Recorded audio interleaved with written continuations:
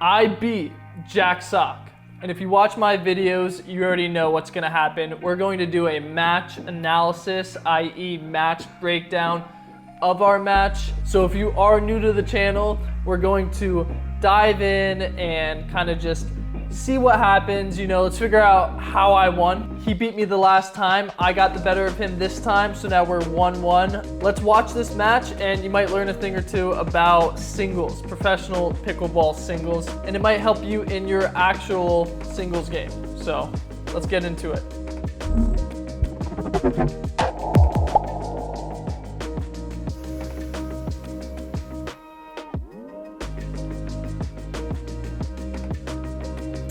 I mean, you might not be able to tell on the camera, but Jack hit that forehand like in less than an inch above the net.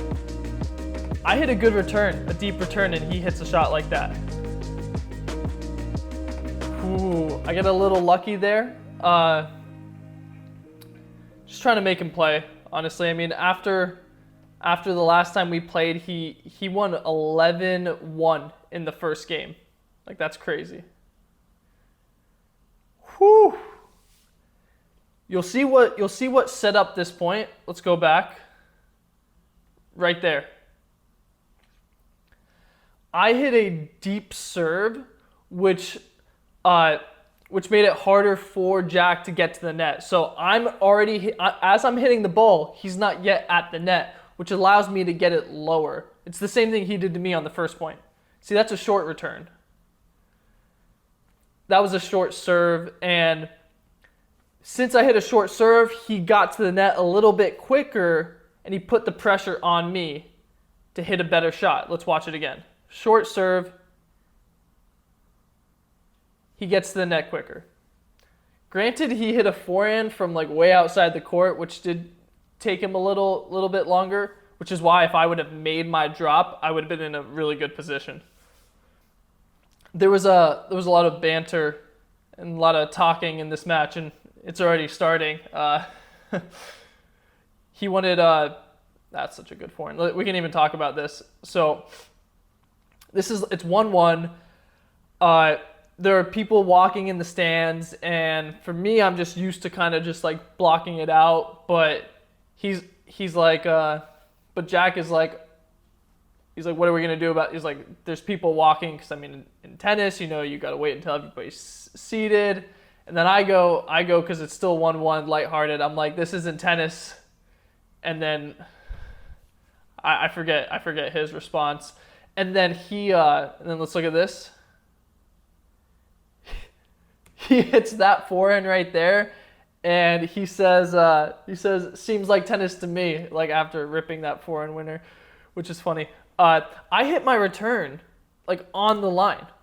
Look at my return. You can't hit a better return than that. That's deep. It was slow enough to give myself time to come in, and he made it look like a bad return. Look at that. I was leaning to the right as well. I mean, that's just too good. Jack has one of the most deadly forehands in the game, and right now I'm trying to return middle to not give him the angles. Right there, right here. I hit this return middle, once again, deep. And you can tell his shot is going to be in and going to be within a foot of the line. Like he's hitting really solid shots when I'm hitting it right to him in the middle. And that was my strategy going in. You know, 4 period was, you know, just hit. That's a great strategy in singles sometimes, is for people who can hit winners really well, is to return middle and you take away their angles. Right there, you can tell I was not aiming to return middle. I mean, after it didn't work 2 times in a row, I was like, you have to change it, and I was going to return to his backhand. And I messed up the return, so it didn't work out. There, I just returned middle. Same exact thing as the point before. Like the same exact thing. Like,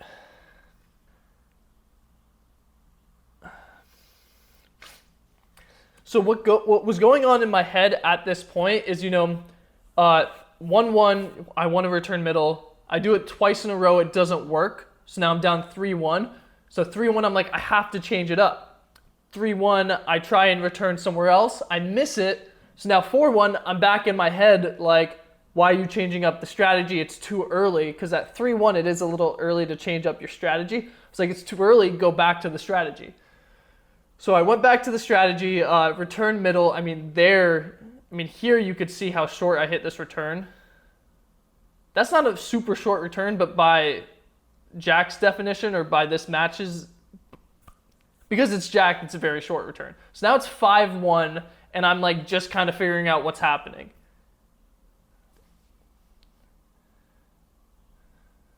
This was funny. I mean, if this isn't the coolest thing, look how much spin had it going back. It didn't even hit the pole, so it bounced and then hit the net and then hit the pole. The rule in pickleball, in professional pickleball, PPA, is if the ball bounces and then hits the bar at the very bottom, it's a redo, which happened. There we go. See, I change up my return. See, I change up my return and I go, Jack just emoted on me. He just emoted on me. So I change up my return and I go forehand because middle's not working. I missed the one I tried to go to the backhand. So now my only option that I haven't tried yet is the forehand. And I mean, his forehand's way better than his backhand. So his forehand's a dangerous spot. And we can just see with the quality of this forehand. Look at the shape on that, it wasn't super close to the line, which is why I had a good look on it. I don't know if the pressure got to me or what happened, but that's not a shot I should miss, but Jack did a really good job of applying pressure. And just like that, it's 6-1.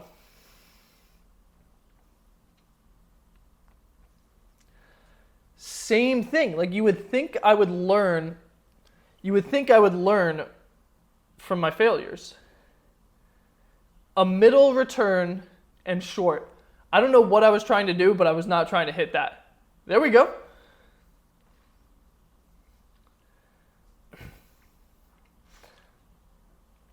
So this point has everything I need to win this match. And let's break it down slowly. Let's break this point down. Return. Where do I return? I go to his backhand side. He runs around, leaves a lot of the court open. I go to the open court, hit a good shot, drop to his backhand, or just drop and move in, okay? We're gonna watch this one more time. Every shot here, return backhand. He runs around it, but do you see the open court I have? Here I had a slow forehand. Now, get it down and move in, apply the pressure. So that was the perfect point for me to win this match. Too bad it took me 7 points or 8 points to figure it out. So, and just applying pressure to your opponent, making him play. I get a free point. If I keep missing, I'm never gonna have the chance to get the free points.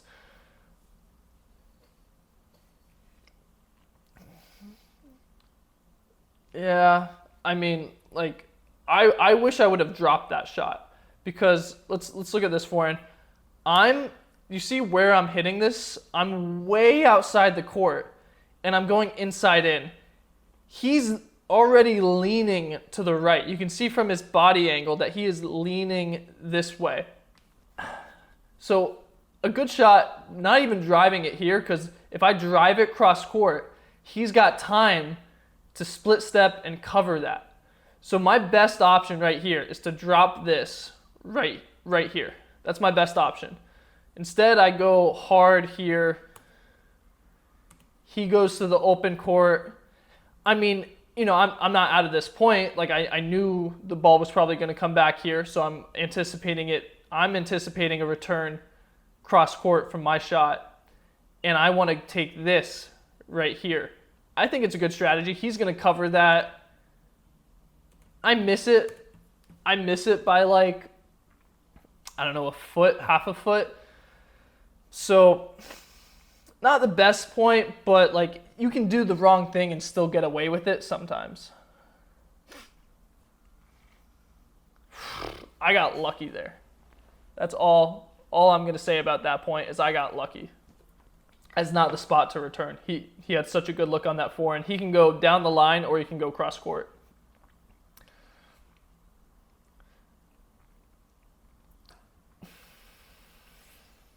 See, I dropped it there, but I dropped it to his forehand, and he handles the forehand drop a little better.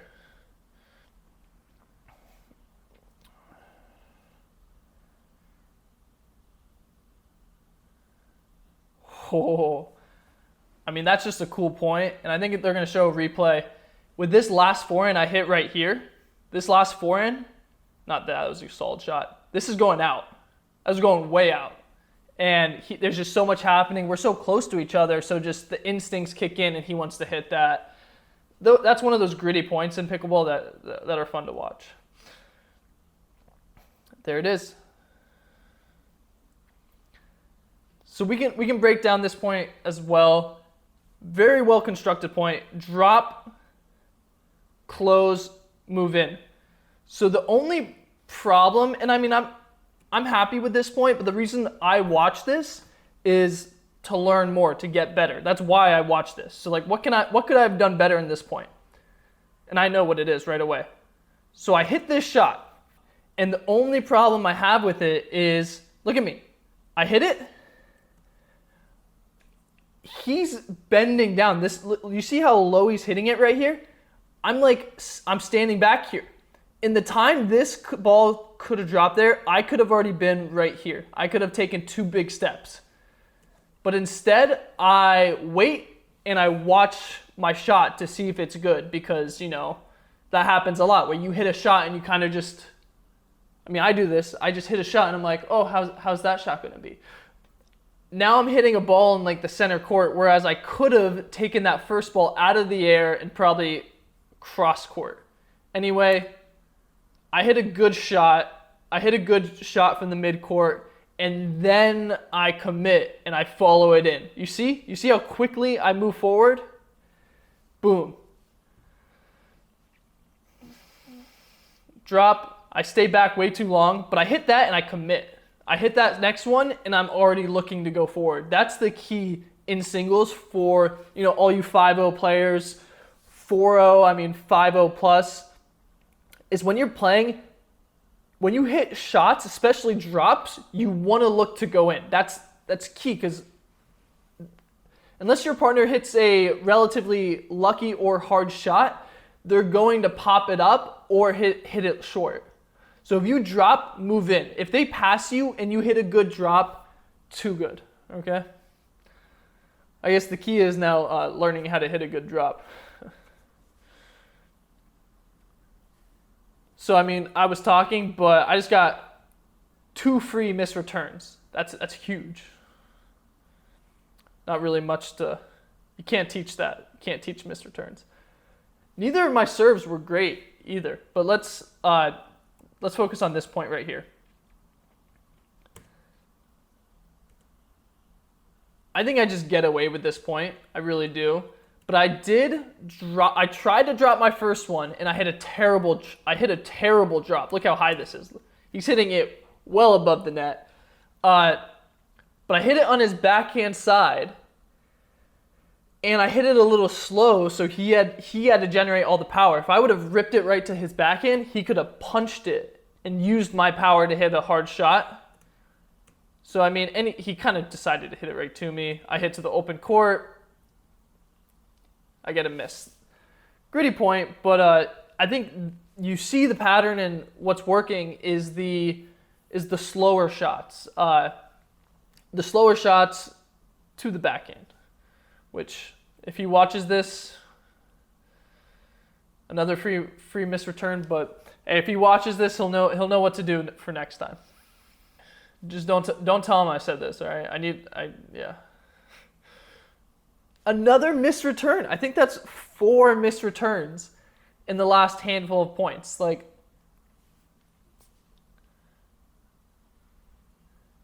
same thing. That's too good. But since we're on this subject, I think, again, the same exact thing as a few points ago.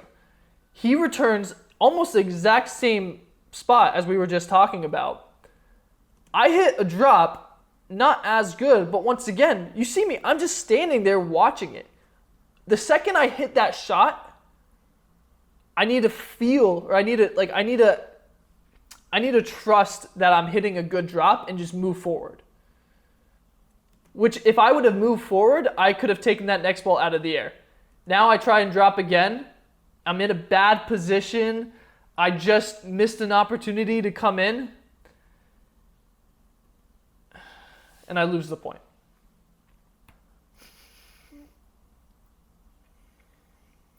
Oof, not a bad point. I hit a short return, so I decided to stay back. I went for a backhand drop, and I missed it, top of the tape. Not a bad point.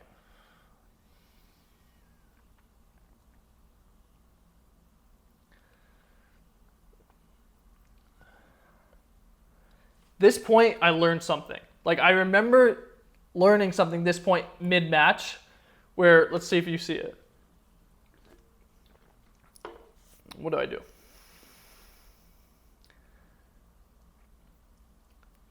So that last volley, I hit 3 volleys. We're going to watch it one more time.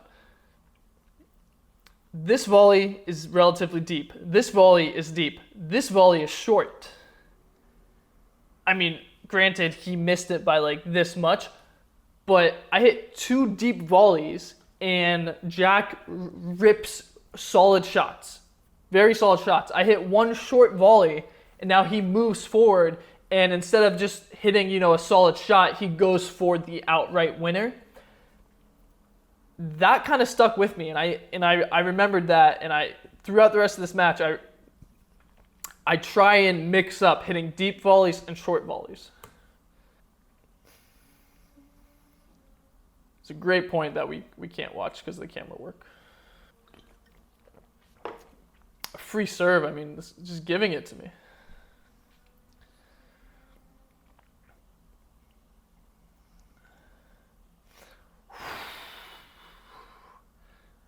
Could have dropped the first one. I mean, I got to make him play.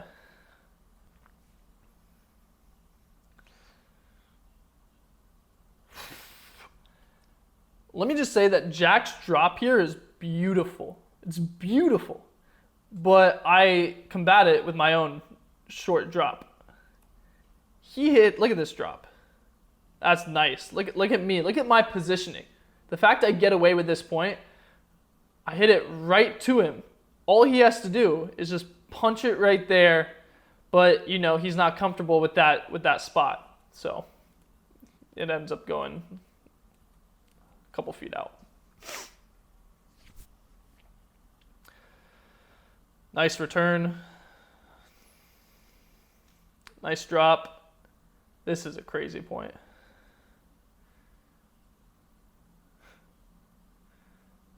Out. Out. Out. You can see it. You can see it. Whatever. Crazy point. He challenged it. The ball was out. The ball got called out. You can't really tell, but that was a crazy point. That was a crazy point. All right, 9-8. These are the points that win matches right here. The 8-all, the 9-8 points. I mean, you saw the point we just had. That's big. I think that's the first. This is my second time watching this. I think that's my first ground stroke winner against him. It comes at 9-8. I mean, his court coverage is so good. His anticipation has been so good this whole match. He guesses the right side over and over again. There it is. I missed that earlier. Works there. Yeah, good point. Good point. I still think dropping and, letting the point play out is better than just ripping a third, because I'm losing a majority of those points where I'm driving the third. So dropping, I think, is better. What happens here? Miss return, that's the pressure. The pressure. You can't miss a return at 10-8. That was just out. It was just out. That's crazy. I mean, nobody hits that shot. Like, this is you watch Jack, and I mean, he'll miss some shots you shouldn't miss, but then he'll make some shots you shouldn't make. And I mean, that's a great way to describe Jack. Then he missing a serve. I mean, I gave some free points away this game, but he gave probably double the amount of free points I did. I mean, yeah. Which, as you can see from the score, can't do that.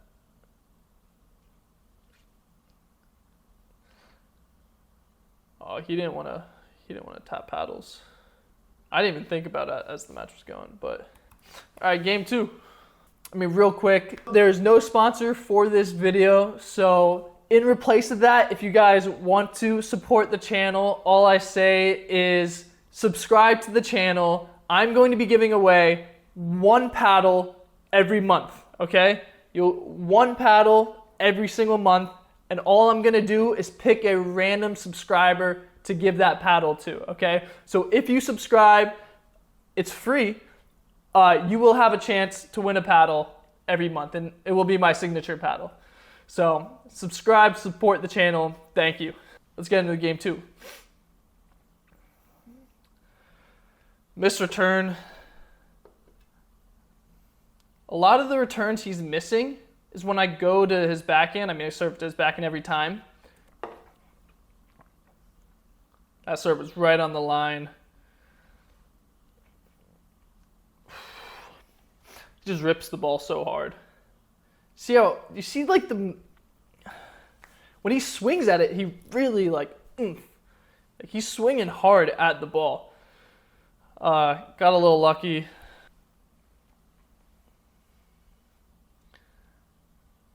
It's a bad drop. Can't be doing that. So, in this point, Jack, he hits a one-handed backhand. I mean, I used a one-handed backhand in tennis for 12 years. And then I switched to pickleball, and after like 1 or 2 tournaments, I realized that using a one-handed backhand is not ideal. Like, you're not, like, you can be great, you can be good, and you can be great with the one-handed backhand, but some of the shots you need to hit, like a two-hander is going to be better for. Like, you can't roll a one-handed backhand shot cross court. I've tried it.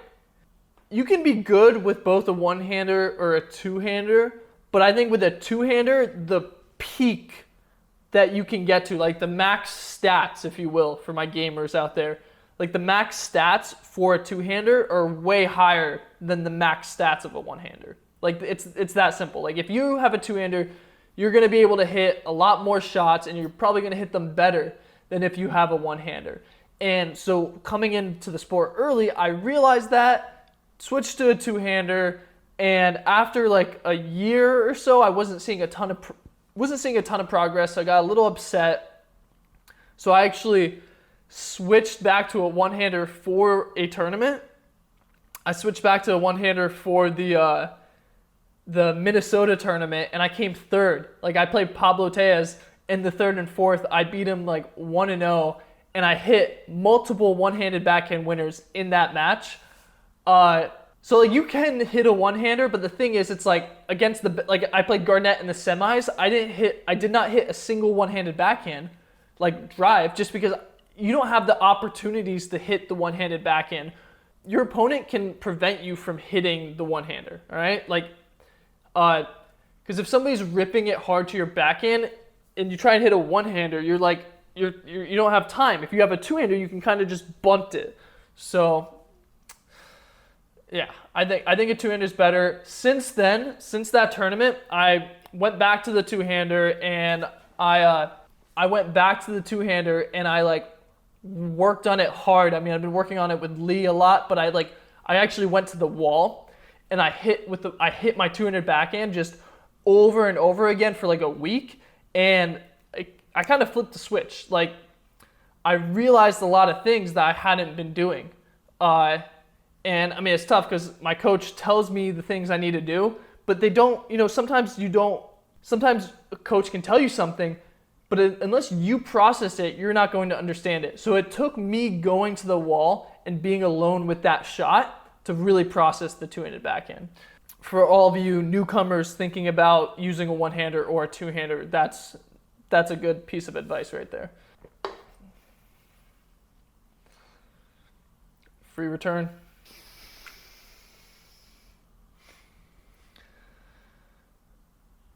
Yeah, I mean, he tried to drop it there. As you can see, it was a very high drop. I hit the same high drop to him last time, but he was running to the open court. We both hit it cross court. He's running to the open court. Last time I just stayed right here. 4-0. I mean, that's a tough serve. And he comes to the net. Ooh.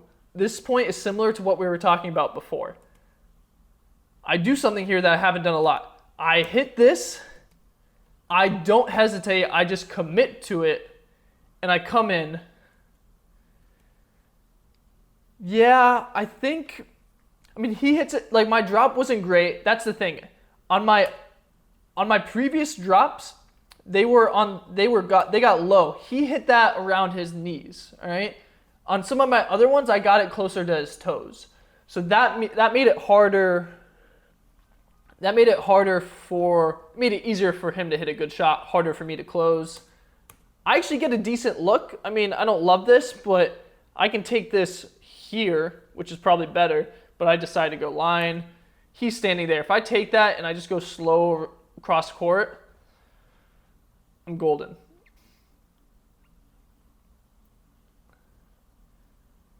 Oh, okay. I mean, it's so funny to see this because, like, I don't know if this isn't going to be the title of the video, but he hits a drop, he stays back, he realizes it's a great drop, and he runs to the net. You see? And since he hesitates, now he could have been here hitting this shot, but now he's 5 feet farther back there hitting it.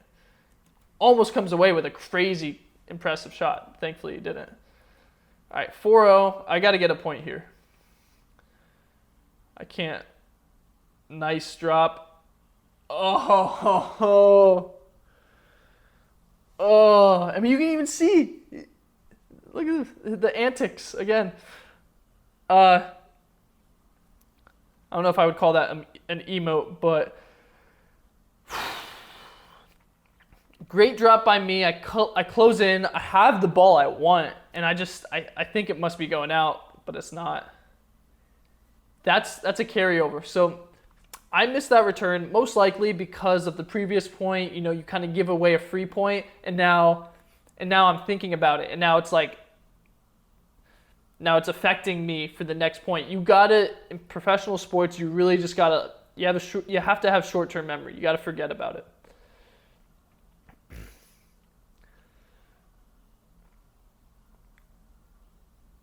Well, he was definitely trying to hit me, and maybe this is where some of the banter escalated. I mean, look at this. I don't hit a great shot. He turns around so quickly. I touch my face. He might. They cut it. I wonder where he hit me.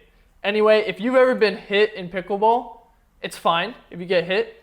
If you get hit in the face in pickleball, people tend to get a little upset after they get hit in the face in any sense. So, out serve, free point, man. I mean, okay, now I've been on 4-4 a while. I got to get off of it. Oh, I know this.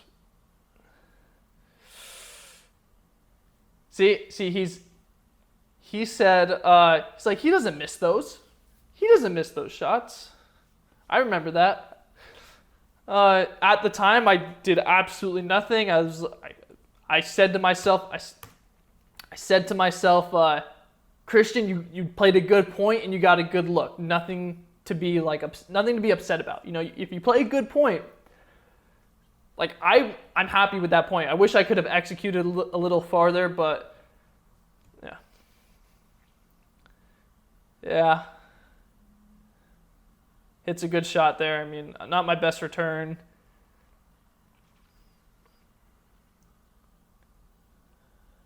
It's getting tight now, 4-3. That was huge. I mean, my return is key going to his backhand. Because he likes to run around it, he will end up hitting a forehand. And do you see where he is right now? It's a small court, granted, but that allows me, I'm far back, but I'm moving in with my two-handed backhand. I hit it down the line. He's got to come up with a crazy shot, which he will maybe, 25% of the time. But I like those odds. That was a big point. That was a big point.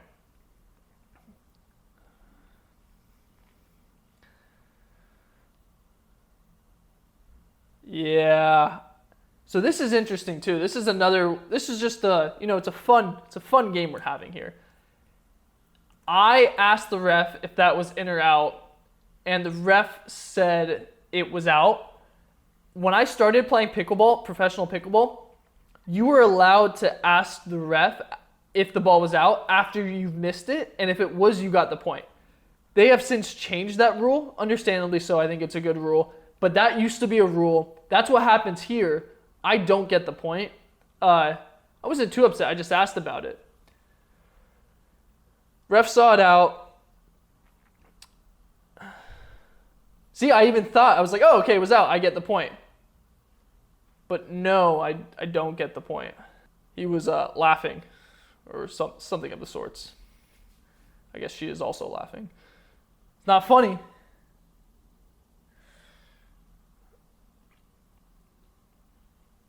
Good return. I mean, I think mixing up his going far to the backhand and far to the forehand is good. Because, if I only go to his backhand, sure, he's got to run around a ton, but then he'll get comfortable with that shot and hit it very well. Great return by him.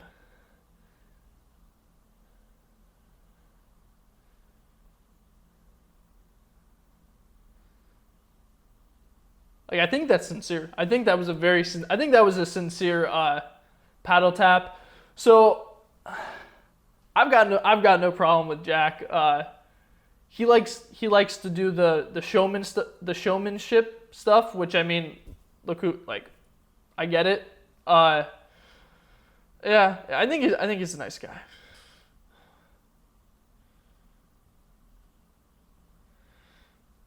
Lucky on my behalf, I would say.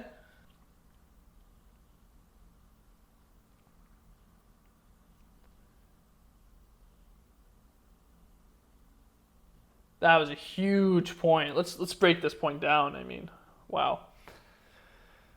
Okay. A drive is fine. That drop is crazy.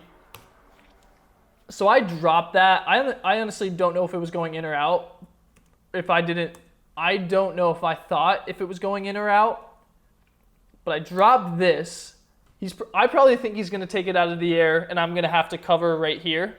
Once he drops it, I mean, it happens so quick. It would be better for me to close now. Like that's what Ben Johns does really well. If Ben Johns was in this position, he would realize the second Jack doesn't take it out of the air and slowly start to close. Like, he doesn't even need to do it super crazy big steps, just 1 or 2 steps so that he's here. That's what Ben does really well, and that's why he's good at singles. Whereas myself, I'm still trying to get better.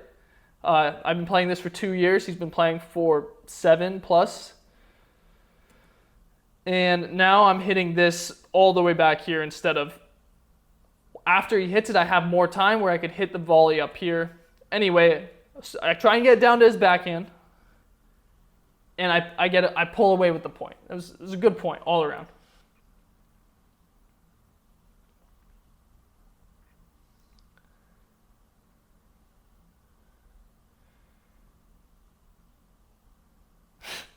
That's such a big point. 5-3. 5-3. I remember this point like it happened a minute ago. I was so thankful. He's trying to have fun, and he does this in a lot of his matches where he just, it's like a fun shot.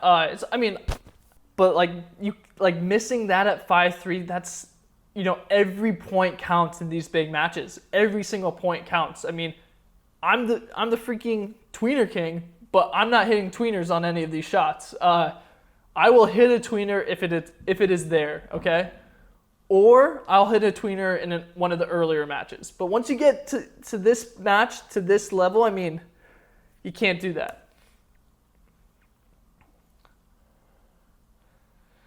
That drop was going out. That was also going out. Oh man, what a guy.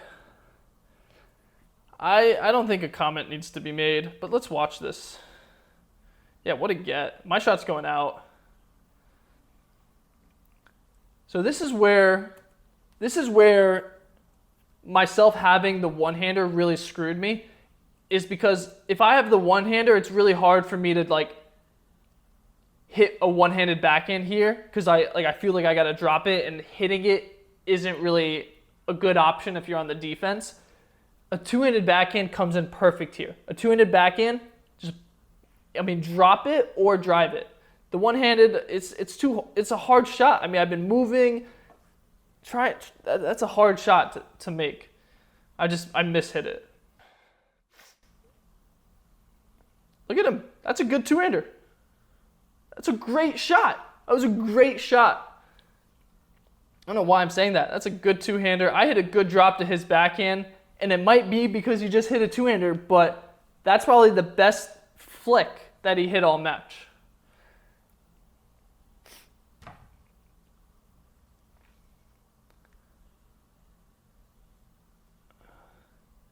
He called this out.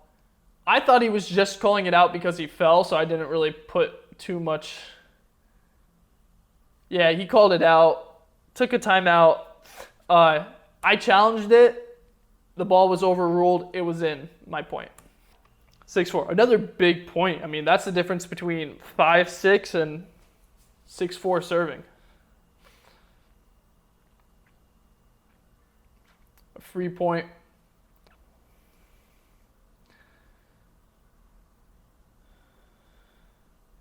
Yeah.